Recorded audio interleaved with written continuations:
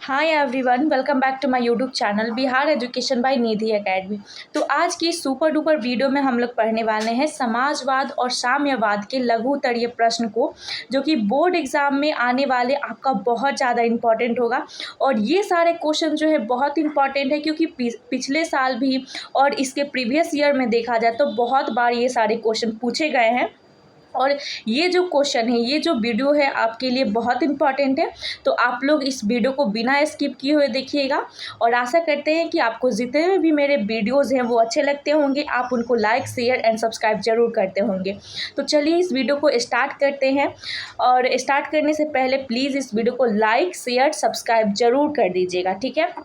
तो देखिए पहला क्वेश्चन हमारा क्या बोल रहा है कि पूंजीवाद क्या होता है। पूंजीवाद, ये बहुत बार क्वेश्चन पूछा गया है एग्जाम में कि पूंजीवाद का मतलब क्या होता है या फिर पूंजीवाद होता क्या है। तो देखिए पूंजीवाद एक ऐसी अर्थव्यवस्था है जिसके तहत उत्पादन के सभी साधन पर पूंजीपतियों का अधिकार रहता है।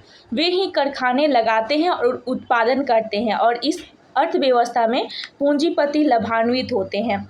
मतलब हम कह सकते हैं कि ये एक अर्थव्यवस्था होती है। पूंजीवाद क्या होता है?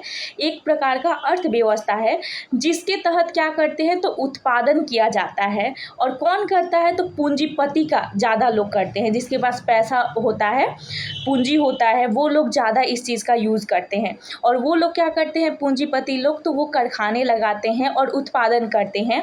और इसी में क्या होता है, जो ये अर्थव्यवस्था बनती है पूरा, उसमें सिर्फ और सिर्फ पूंजीपतियों को लाभान्वित होते हैं। इसीलिए इस चीज़ को बोला गया है क्या? पूंजीवाद, ठीक है। आशा करते हैं आपको ये समझ में आया होगा। सेकेंड मोस्ट इम्पॉर्टेंट क्वेश्चन, ये तो हमेशा पूछता है, दो क्वेश्चन इसमें से, या तो खूनी रविवार पूछेगा या तो अक्टूबर की क्रांति पूछेगा, हमेशा पूछता है। तो देखिए खूनी रविवार का मतलब क्या होगा, तो चलिए इसको हम लोग पढ़ लेते हैं। 1905 में जापान जैसे छोटे एशियाई देश से जब रूस हार गया तो वहाँ क्रांति हो गई। मतलब 1905 की ये घटना है जब जापान जो है एशिया का सबसे छोटा देश जो है, मतलब जापान जो है वो एशिया का सबसे छोटा देश है, ठीक है। लेकिन उसने क्या किया कि रूस को हरा दिया, रूस को जापान हराया, ठीक है।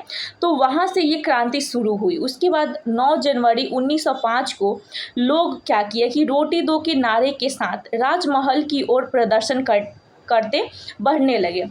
मतलब 1900 जब जनता को ये पता चल गया, मेन बात हुआ था कि जब जापान जो है वो रूस को हरा दिया था, लेकिन जो रूस की जनता, जो रूस में शासन कर रहा था, वो जनता को नहीं बताया था कि हम लोग हार चुके हैं, हम लोग पराजित हो गए हैं, ठीक है।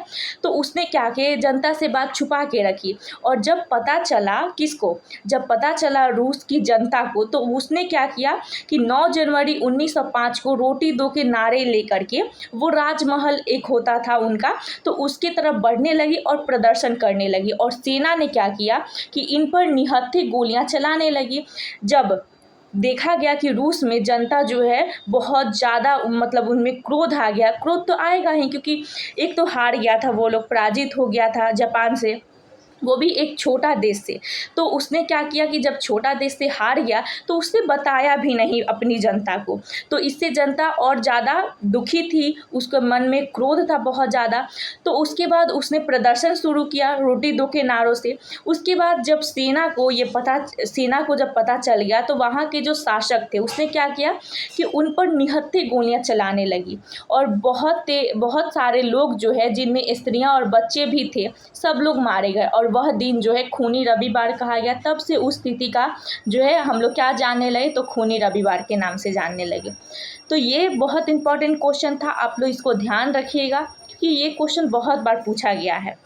उसके बाद देखिए ये भी मोस्ट वीवीआई क्वेश्चन है, बहुत बार पूछा गया है ये भी क्वेश्चन। तो देखिए अक्टूबर की क्रांति क्या है, तो 7 नवंबर 1917 को बोल्शेविक के करेशकी सरकार द्वारा तख्ता पलट किया गया और रूस पर अधिकार जमा लिया गया था। तो नवंबर की क्रांति हुई, तो रूसी कैलेंडर के अनुसार वो जो दिन था वो अक्टूबर का दिन था, और उसी दिन से क्या किया गया, तो उसी दिन से अक्टूबर की क्रांति मनाने लगी थी, ठीक है। उसके बाद देखिए सर्वहारा वर्ग क्या होता है, ये भी बहुत इंपॉर्टेंट क्वेश्चन है, बहुत पूछा गया है ये भी। इसमें कोई भी क्वेश्चन है जो नहीं पूछा गया है प्रीवियस ईयर में, तो ये सारे क्वेश्चन बहुत इंपॉर्टेंट है, सबको ध्यान रखिएगा। देखिए, सर्वहारा वर्ग का अर्थ होता है कि समाज का वैसा वर्ग, यहाँ होगा वैसा वर्ग जिसमें किसान, मजदूर, ठीक है, किसान हो गया, मजदूर हो गया, फुटपाथी हो गए, दुकानदार हो गए, आम गरीब जिनके पास अपने कहने के लिए कोई वस्तु नहीं होती है, उसी चीज़ को हम लोग क्या बोलते हैं, सर्वहारा वर्ग। ठीक है, उसके बाद देखिए ये question 5th number last question है हमारा कि क्रांति के पूर्व रूसी किसानों की स्थिति कैसी थी। तो क्रांति के पहले क्या था कि रूसी क्रांति किसानों की स्थिति बहुत ज़्यादा दयनीय थी। उनके खेत बहुत छोटे छोटे होते थे जिन पर वे पारंपरिक ढंग से क्या करते थे, खेती करते थे। देखिए वहाँ पे क्या था कि जो जनता थी उनको बहुत ज़्यादा दिक्कत होता था। क्यों? क्योंकि वहाँ की जो शासन करने वाले लोग थे उसने क्या किया था, किसानों पर बहुत ज़्यादा अत्याचार किया था, बहुत ज़्यादा उन पर जुल्म कर रहे थे। तो इससे क्या हुआ, एक तो उनके पास, किसानों के पास क्या था कि उनका जो खेत का बनावट था वो बहुत ज़्यादा छोटे छोटे भाग था, बहुत छोटा जगह में था। ठीक है, और उस पर भी वो लोग क्या करते तो पुराने ढंग से खेती करते थे। जब पुराने ढंग से खेती करते तो उनको ज़्यादा उपज नहीं होती थी और उनके पास पूंजी की भी बहुत ज़्यादा कमी थी।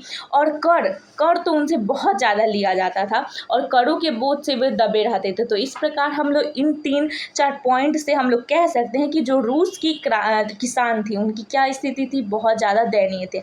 तो यहाँ तक हमारा लास्ट क्वेश्चन था। आशा करते हैं कि आपको ये वीडियो अच्छा लगा होगा। और हाँ, ये 5 क्वेश्चन आप लोग बहुत अच्छे से याद कर लीजिएगा, इसको माइंड में फिट कर लीजिएगा क्योंकि ये बहुत ज़्यादा पूछा जाता है एग्ज़ाम में। और अगर आपको वीडियो अच्छा लगे तो इस वीडियो को लाइक, शेयर एंड सब्सक्राइब जरूर कीजिएगा। Thank you.